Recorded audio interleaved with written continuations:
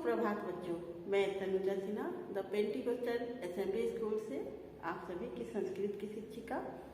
आज हम चतुर्दशा पाठा यानी श्लोका इसको पढ़ेंगे। पेज नंबर है 113। संस्कृत श्लोक क्यों पढ़ा जाता है? श्लोक क्या है? हमारे जीवन में जो नैतिक मूल्य है, नैतिक शिक्षा है, वो हमारे लिए बहुत ही महत्व रखता है। तो उसको संस्कृत के श्लोकों के माध्यम से बताया जाता है।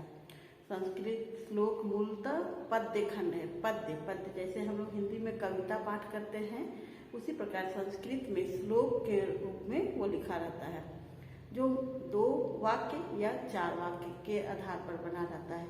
इसके आधार पर हमें नैतिक शिक्षा दी जाती है, जीवन के मूल्यों को समझाया जाता है, अच्छी बातों को समझाया जाता है। इसे हम लोग यदि अपने जीवन में भी अपनाते हैं तो वो हमारे जीवन के लिए बहुत ही कारगर साबित होता है।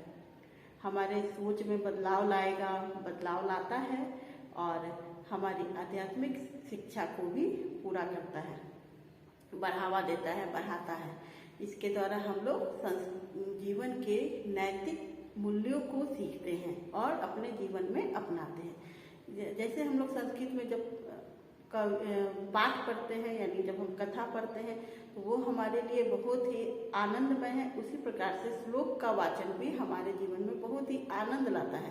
तो सर्वप्रथम हम लोग श्लोक का वाचन करने सीखते हैं और उसके बाद उसका अर्थ समझते हैं और इस पाठ को हम पढ़ते हैं। श्लोका, क्या श्लोक जीवन के सूत्रधार हैं?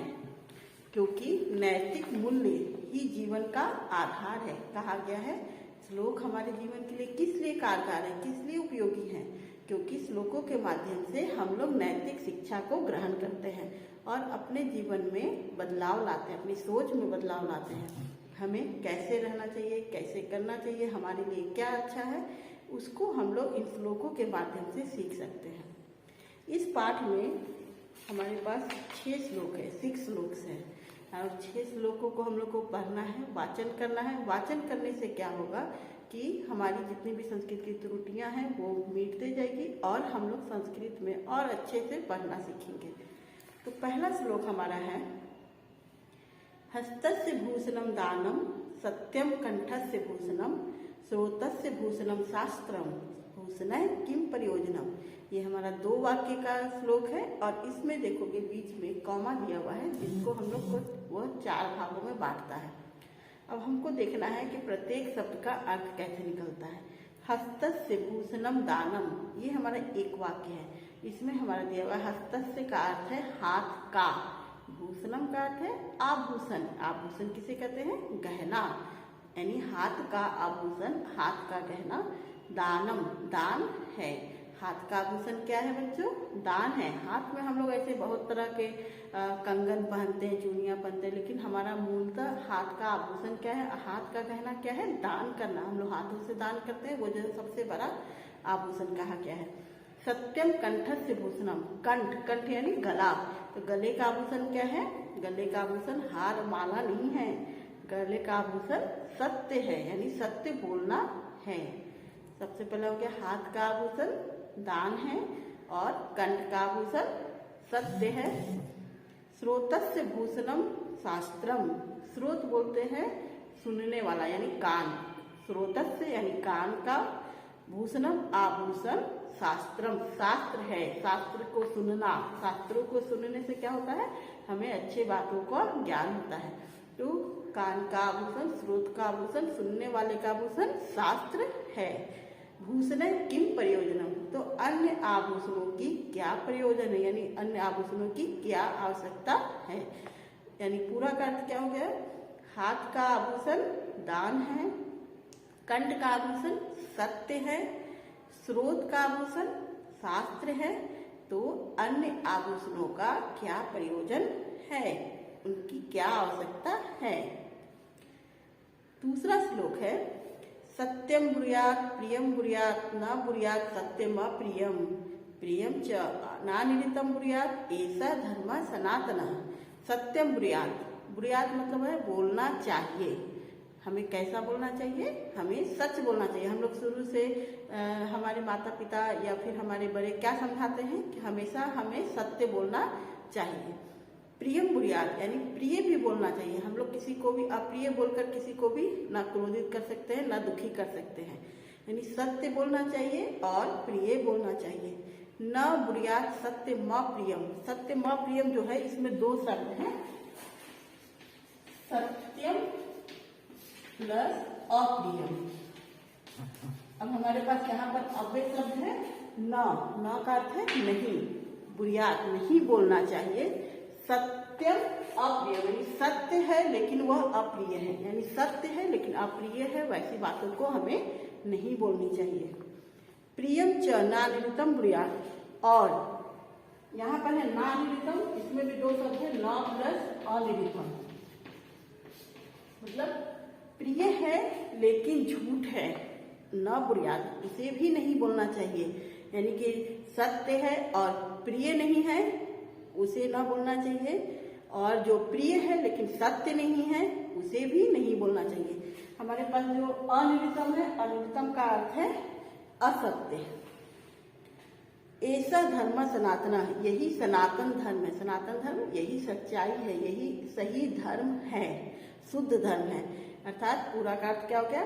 सत्यम बुरियात प्रियम बुरियात न बुरियात सत्यम अप्रियम प्रियम च नानिरुतम बुरियात ऐसा धर्म सनातन। यानी सत्य बोलना चाहिए, प्रिय बोलना चाहिए, लेकिन सत्य है परंतु प्रिय नहीं है यानी अप्रिय है, वैसी बातों को नहीं बोलना चाहिए। और जो प्रिय है लेकिन अनिरुद्ध है यानी असत्य है यानी झूठ है, वैसी बातों को भी नहीं बोलना चाहिए। यही सनातन धर्म है। हमारा तीसरा श्लोक है विद्या ददाति विनियम विनियात याति पात्रताम पात्रत्वा धनम आपनोति धनात् धर्म तथा सुखम। यहाँ पर धनम प्लस आपनोति, यहाँ पर ये दो शब्द है धनम आपनोति में धनम प्लस आपनोति। इसको हम लोग इसलिए इस तरह सीख रहे हैं ताकि हमारा शब्दार्थ के आधार पर सारा श्लोक का अर्थ हमें समझ में आए। विद्या ददाति विनयम, विद्या विनय देती है। विनय का अर्थ है विनम्रता, पोलाइटनेस। विद्या से हमें क्या मिलता है? पोलाइटनेस मिलता है, विनम्रता मिलती है। विनयात याति पात्रताम, विनय विनयात हो गया विनय से, विनय यानी विनम्रता से, याति पात्रताम, याति मतलब आती है, पात्रताम पात्रता यानी योग्यता, यानी कि विनम्रता से योग्यता आती है।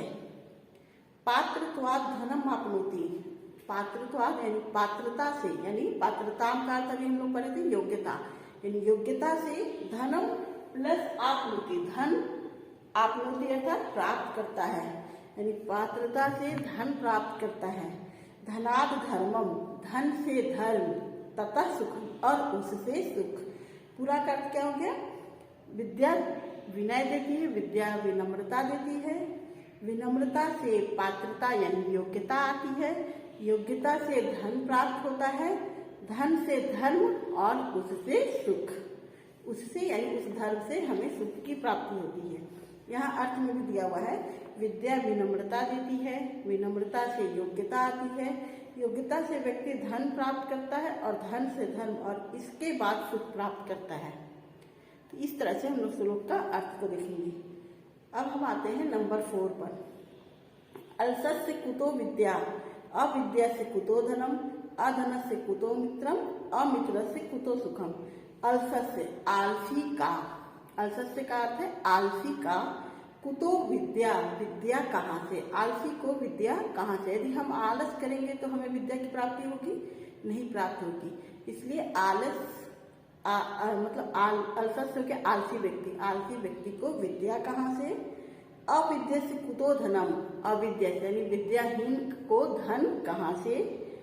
अधन से कुतो मित्रम, यानी जिसके पास धन नहीं है यानी धनहीन को मित्र कहाँ से? अमित्र से कुतो सुखम, और जो अकेला है नहीं जिसके पास मित्र नहीं है उसको सुख कहाँ से?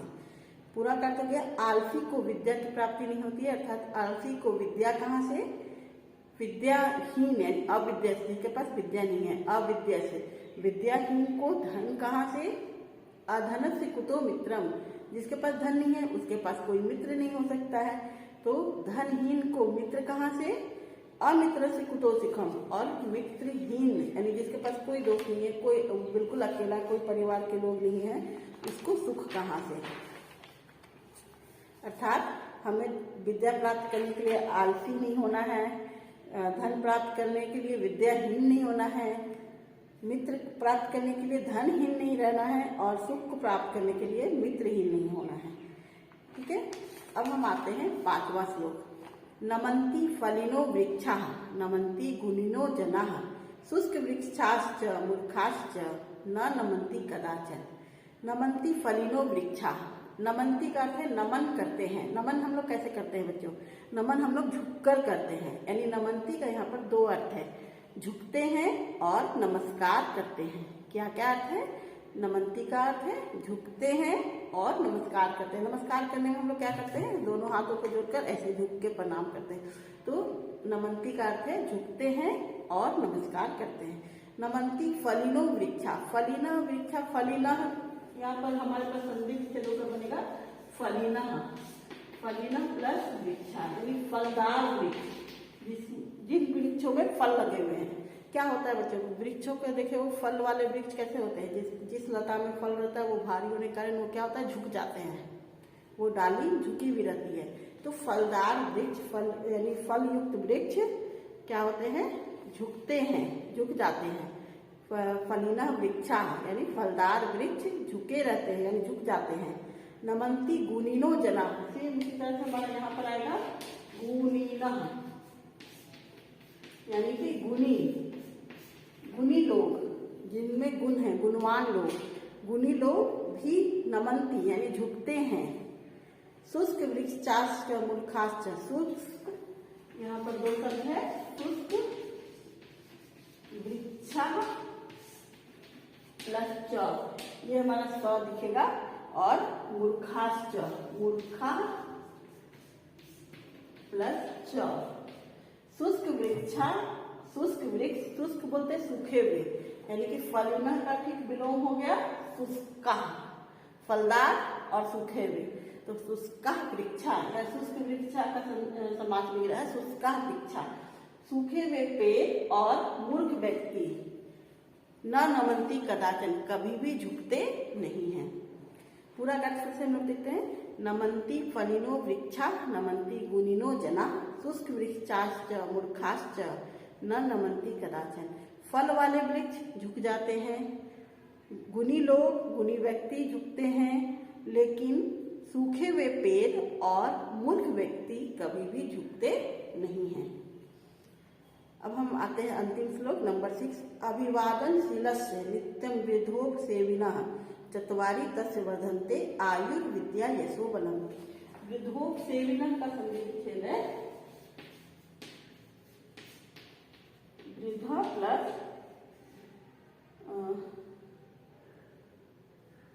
उपसेविनः,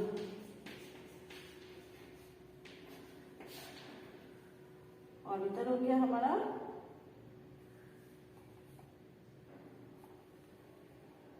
आयु विद्या प्लस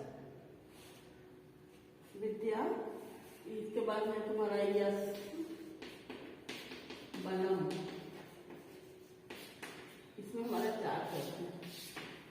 ठीक है, तो हमारा अर्थ है अभिवादनशीलस्य नित्यं वृद्धोपसेविनः चत्वारि तस्य वर्धन्ते आयुर्विद्या यशो बलम। अभिवादनशील से, जो अभिवादनशील व्यक्ति है, यानी अभिवादनशील जो हमेशा किसी को भी देखने के बाद श्रद्धा पूर्वक बात करता, अभिवादन करता है। अभिवादनशील व्यक्ति का नित्यम, नित्यम का अर्थ है हमेशा, वृद्धोपसेविनः और हमेशा यानी प्रत्येक दिन क्या करता है, जो वृद्ध व्यक्तियों का, बड़े बूढ़ों का सेवा करने वाले का, जो व्यक्ति अभिवादनशील है यानी अभिवादन करने वाला है और नित्य बड़े बूढ़ों का सेवा करने वाले हैं, उनका चत्वारि तस्य वर्धन्ते, उनका 4 हमेशा बढ़ते रहते हैं। अब 4 क्या क्या चीज है? आयु, आयु का अर्थ है आयु यानी उम्र, विद्या, विद्या यानी विद्या शिक्षा, यश, यश का अर्थ है प्रतिष्ठा, बलम बल यानी ताकत, यानी कि जो व्यक्ति अभिवादनशील है और नित्य बड़े बूढ़ों का सेवा करने वाले हैं उनका चाल हमेशा बढ़ते रहते हैं। आयु, विद्या, यश यानी प्रतिष्ठा और बल। इस प्रकार से हमारा ये 6 श्लोक समाप्त हो गया। आशा करती हूँ तुम लोगों को श्लोकों का अर्थ समझ में आ गया होगा। अब हम आगे देखते हैं। इसका प्रश्न उत्तर है शुद्धम विकल्पम चित्वा रिक्त स्थानानि पूरयेत्, शुद्ध विकल्प को चुनकर खाली स्थानों को भरे। इस पाठ से हमारा श्लोक से किसी भी तरह से प्रश्न उत्तर आ सकता है। जैसे कि हमारे पास इसमें ऑलरेडी 5 प्रश्न दिया हुआ है। हस्तस्य भूषणम किम अस्ति, विनयात् का याति, स्रोतस्य भूषणम किम अस्ति, किम ब्रूयात् की द्विषा जना नमन्ति। इसके अलावा भी हमारा श्लोक से प्रश्न आ सकता है। जैसे हमारे पास है सत्यम कस्य भूषणम यानी या फिर कंठस्य भूषणम किम, कंठ का आभूषण क्या है, स्रोतस्य भूषणम किम, अदरवाइज शास्त्रम कस्य भूषणम। इस प्रकार से हमारा प्रश्नोत्तर पूछा जा सकता है। तो श्लोकों को अच्छी तरह से समझकर तब हम लोग उसका उत्तर को तैयार करेंगे। पहले क्या करोगे कि तुम लोग खुद से इसका टोटल प्रश्नोत्तर को फिल करोगे और हम लोग कक्षा में इसका आंसर को डिस्कस करेंगे, इसके उत्तरों का डिस्कशन करेंगे। फर्स्ट क्वेश्चन में तुम्हारा शुद्ध विकल्प को चुनकर खाली स्थानों को भरना है। ये हम लोग कर सकते हैं। एक पदेन उत्तरत का अर्थ होता है एक शब्द में उत्तर दे। हमको एक 1 वर्ड में आंसर देना है। जैसे हस्तस्य भूषणम किम अस्ति, हाथ का आभूषण क्या है, इसको हम लोग को एक शब्द में उत्तर देना है। तो हम लोग क्या लिखेंगे, हाथ का आभूषण हमारे श्लोक नंबर 1 के आधार पर क्या है, दानम, दान। तो हम लोग केवल आंसर में दानम लिखेंगे। Give answer in 1 word. इस तरह से हम लोग एक पदेन उत्तरत कंप्लीट करेंगे। फिर है हमारा निम्नलिखित शब्दांत तेषाम अर्थः सम्मिल्य, निम्नलिखित शब्दों का उनके अर्थों के साथ मिलान करना। ये तो हम लोग आसानी से कर सकते हैं कि इस शब्द का अर्थ क्या है। मंजूषाता उचितम पदम चित्वा रिक्त स्थानानि पूरयेत्, यानी मंजूषा से उचित पद को लेकर खाली स्थानों को भरे। ये भी हम लोग भर सकते हैं। और लास्ट में है हम लोग का निम्नलिखित वाक्येषु रंजित पदानि शुद्धम कृत्वा लिखो। इसको हमको क्या करना है, शुद्ध करना है। कर्तृ, क्रिया, संज्ञा, सर्वनाम, इसको देखकर वाक्यों को शुद्ध करके लिखना है। फिर हमारे पास दिया हुआ है स्वमूल्यांकन में मंजूषा से शब्द लेकर श्लोक को पूरा कीजिए। यानी कि मंजूषा में शब्द दिया हुआ है और तुम लोगों को श्लोक इसको इस प्रकार से पढ़ना है कि हम लोग श्लोक खुद से फिल करें। और फाइनल एग्जाम में इस तरह से प्रश्न आएंगे। श्लोक को फिल करना, श्लोकों को पूरा करना आएगा।